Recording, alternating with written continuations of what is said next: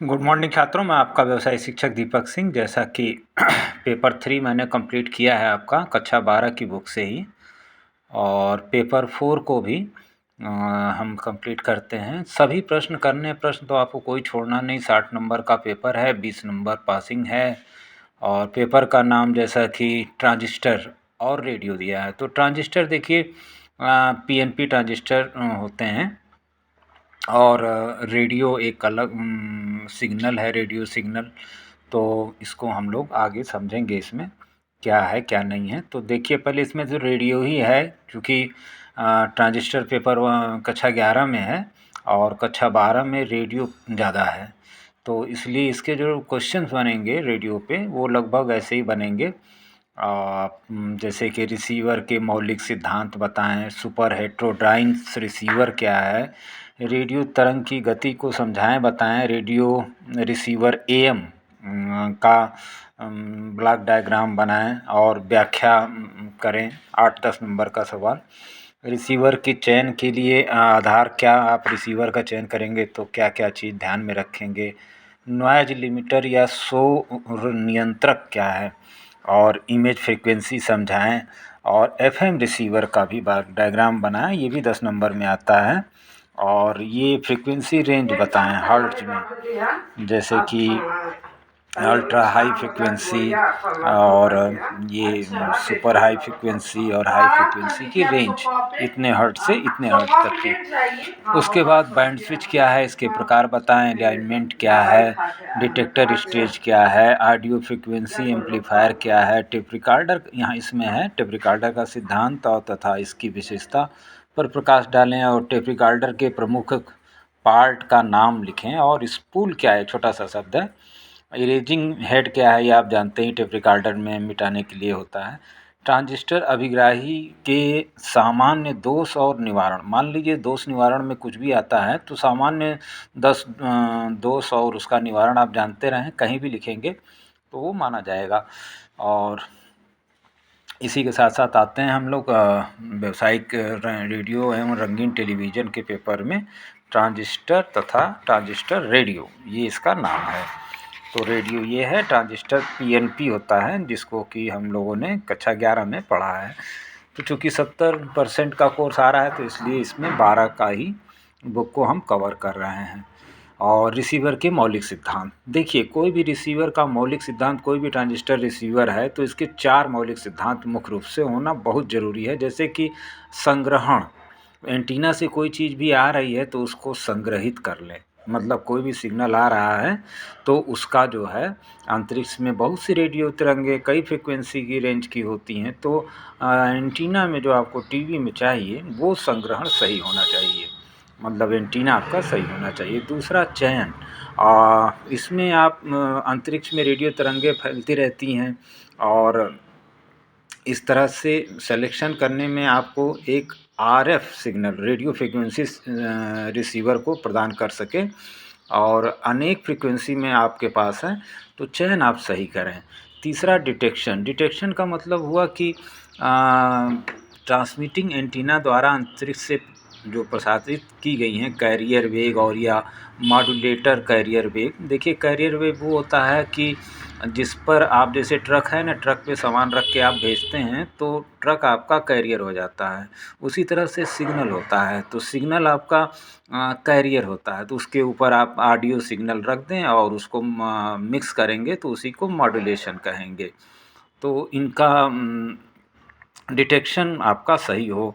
और रिप्रोडक्शन, फिर उसके बाद वो जब आपका एंटीना से कैच किया जाएगा तो वो सिग्नल जो है आसानी से कैरियर अलग हो जाए, मॉड्यूलेशन हो जाए, कैरियर वेव अलग हो जाए और ऑडियो आपको साफ साफ सुनाई दे, इसी को हम रिप्रोडक्शन कहेंगे।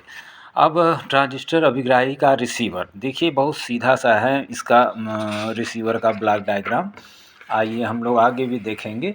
रिसीवर दो प्रकार के होते हैं, एक एएम और एक एफएम, और इसको सुपर हेट्रोडाइन रिसीवर कहते हैं। सुपर हेट्रोडाइन रिसीवर के सिद्धांत पर रिसीवर बनाया गया है, और सुपर हेट्रोडाइन के ही रिसीवर होते हैं। इसमें एक निश्चित फ्रिक्वेंसी इंटरमीडिएट में परिवर्तित करके एम्पलीफाइड उसको कर दिया जाता है और उसके बाद डिटेक्ट करने के बाद ध्वनि के रूप में परिवर्तन हो जाता है। तो ये सुपर हेटेरोडाइन की ही सर्किट है और ये 2 प्रकार की होती है, AM और FM। ये आपसे पूछ सकता है।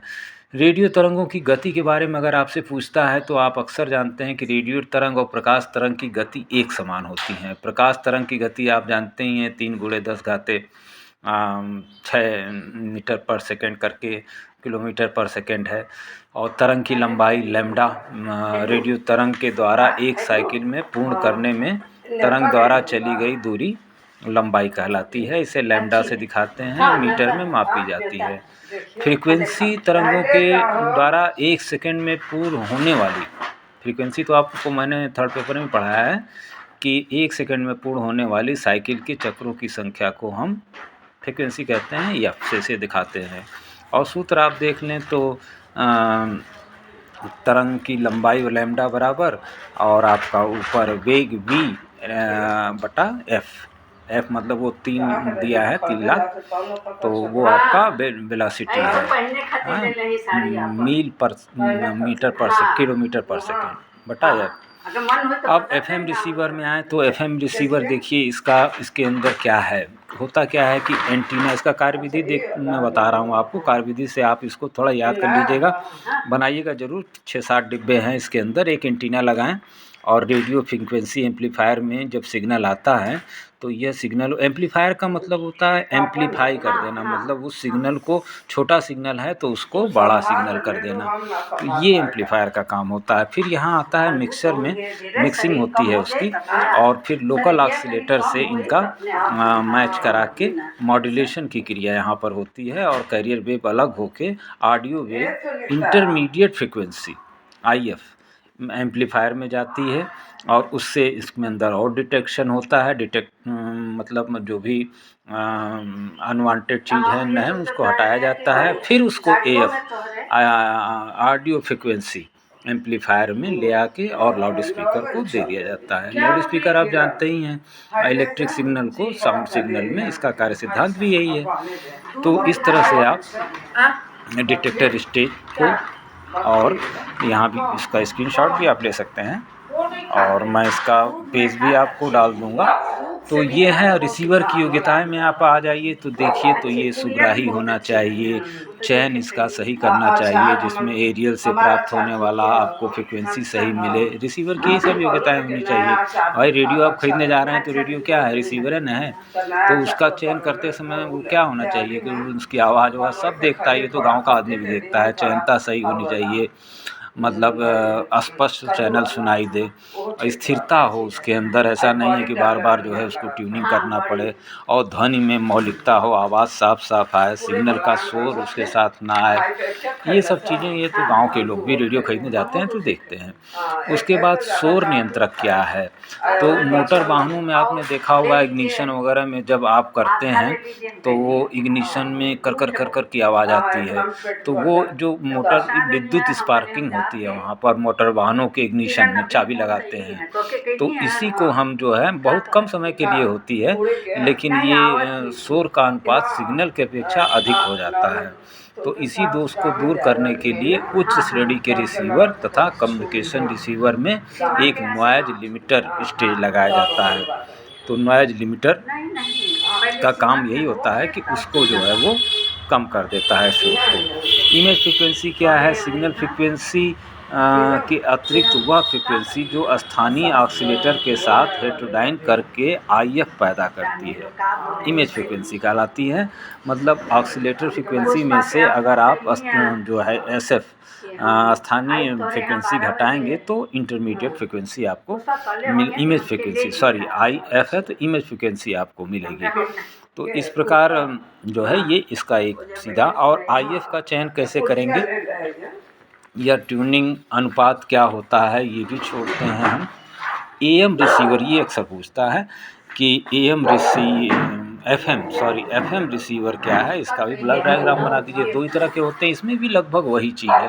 एक चीज़ जुड़ जाती है लिमिटर बीच में। देखिए एरियल है आपका, सिग्नल आया रेडियो एम्पलीफायर में एम्पलीफाई किया, मिक्सर में और मॉड्यूलेशन लोकल ऑसिलेटर के साथ किया, आईएफ जो है इंटरमीडिएट फ्रिक्वेंसी में और उसको एम्पलीफाई किया। और लिमिटर का काम क्या है, यह सर्किट का कार्य इसके इनपुट में आने वाले आईएफ सिग्नल के एम्पलीट्यूड को, मतलब जो एम्पलीट्यूड है उसको सीमित करता है। एम्पलीट्यूड मतलब ऊपर ऐसे ये, तो एम्पलीट्यूड इसके आउटपुट का सिग्नल डिटेक्टर में इनपुट में पहुंचाता है। मतलब इसका वही काम है, डिटेक्टर में पहुंचा देगा, लेकिन सिग्नल को सबको एक समान ऊपर एम्पलीट्यूड कर देगा, सबका आयाम जो है बराबर कर देगा।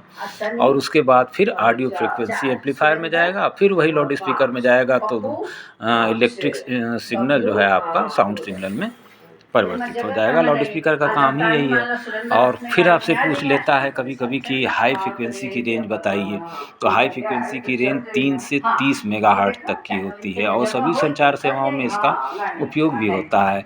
अल्ट्रा हाई फ्रिक्वेंसी जो बोलते हैं 300 से 3000 मेगावाट, मतलब 10 घाते 6 मेगावाट, ये रडार माइक्रोवेव इसमें यूज होती है। और सुपर हाई फ्रिक्वेंसी ये 30 से 30 गीगा, मेगा के बाद गीगा होता है, तो 10 घाते गीगा पे 9, मेगा में 6, गीगा पे 9, 10 घाते 9। और ये रडार नाविक वगैरह में काम आता है। तो ये फ्रिक्वेंसी वेव जो है हमारे मेडिसिन में भी काम आती हैं, समुद्र की गहराइयों को पता लगाने में काम आती हैं, बहुत सी जगह काम आती हैं।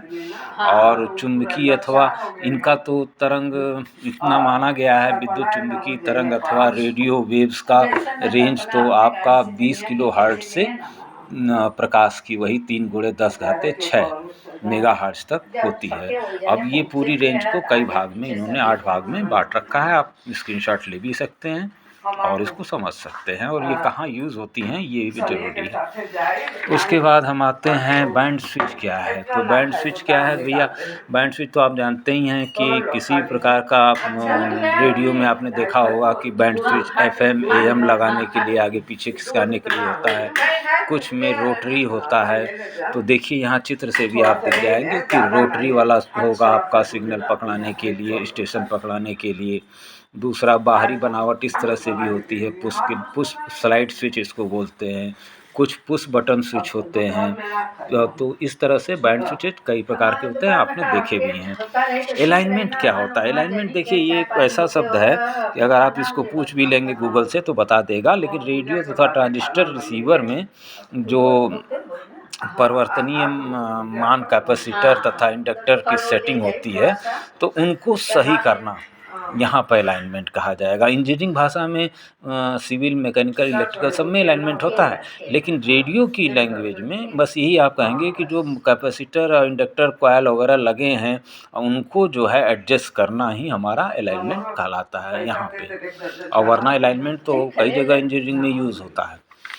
तो आगे हम बढ़ते हैं, देखें तो इसके अंदर इम्पॉर्टेंट जो आपको श्रव्य प्रवर्धक अथवा ऑडियो फ्रिक्वेंसी देखिए 20 हर्ट्ज से 15 किलो हर्ट्ज के बीच जो है ये ऑडियो आपको सुनने लायक है, श्रव्य आपकी सुनने लायक ये पूछता है, और ये ऑडियो फ्रिक्वेंसी इसी को कहा जाता है। उसके बाद टेप रिकॉर्डर पे आते हैं हम छात्रों, बड़ी मेहनत लगती है।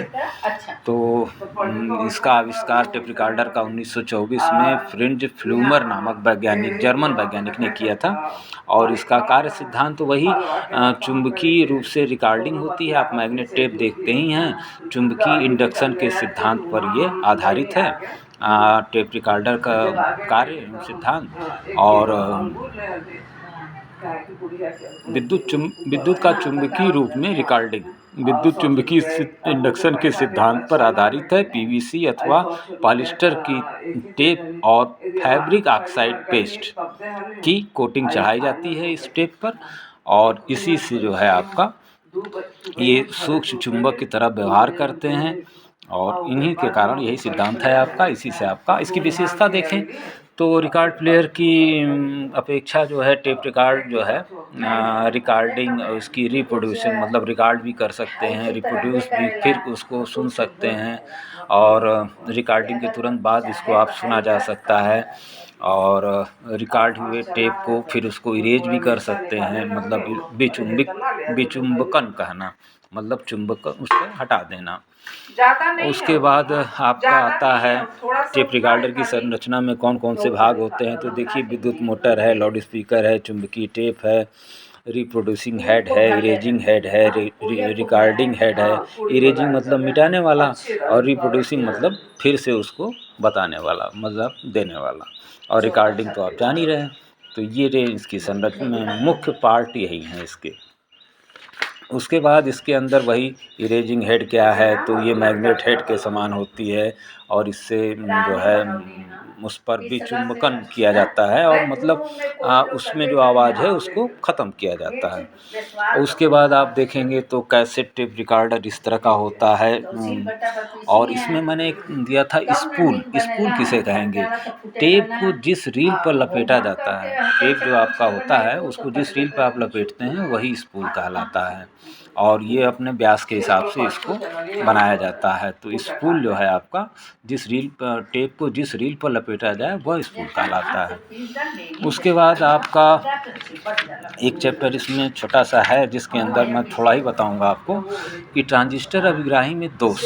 देखिए छात्रों, यहाँ पर दोष जो है कोई भी रेडियो टीवी में बहुत तरह के हो सकते हैं। तमाम जैसे हमारी शरीर है, कभी किडनी फेल, कभी फेफड़ा फेल, तो इसी तरह से इसमें भी मानव द्वारा बनाए गए सारी चीज़ें लगी हैं, तो कोई भी एक चीज़ खराब होगी तो डिस्टर्बेंस होगा। जैसे कि आपके अंदर अगर एक विटामिन की भी कमी हो जाएगी तो आपको दिक्कत आएगी, तो उसी तरह से इसमें भी होता है। तो आप यहाँ देखें तो ट्रांजिस्टर रिसीवर बिल्कुल कार्य नहीं कर रहा। सामान्य दोष में यही होता है कि कार्य नहीं करना है और एकदम से जो सेल लगे हैं आपके वहाँ क्लैंप है उस पर जंग लग जाती है, स्पीकर ख़राब हो जाता है, ईयरफोन जैक ख़राब हो जाता है, ट्रांसफार्मर ड्राइवर ट्रांसफार्मर इसमें कहते हैं इसको, वो ख़राब हो जाता है, प्रतिरोध ख़राब हो सकता है, धारित्र ख़राब हो सकता है, लाइन शॉर्ट हो गई, स्पीकर का तार टूट गया, कोई एक सेल ख़राब हो गया। तो इस तरह के सामान्य दोष जो है लगभग आते हैं और उनकी निवारण भी उसी तरह से सेल बदल दीजिए, जो जंक लगा है उसको साफ़ कर दीजिए, जो तार टूटा है उसको सही कर दीजिए, फ़ोन जैक की वायरिंग सही चेक करिए। इस तरह से आप लिख सकते हैं। और छोटे-छोटे क्वेश्चन में जैसे सेट में एलईडी नहीं जल रहा है तो एलईडी ख़राब भी हो सकता है, कनेक्शन ठीक नहीं होगा, उल्टा लगा होगा, तो ये भी हो सकता है।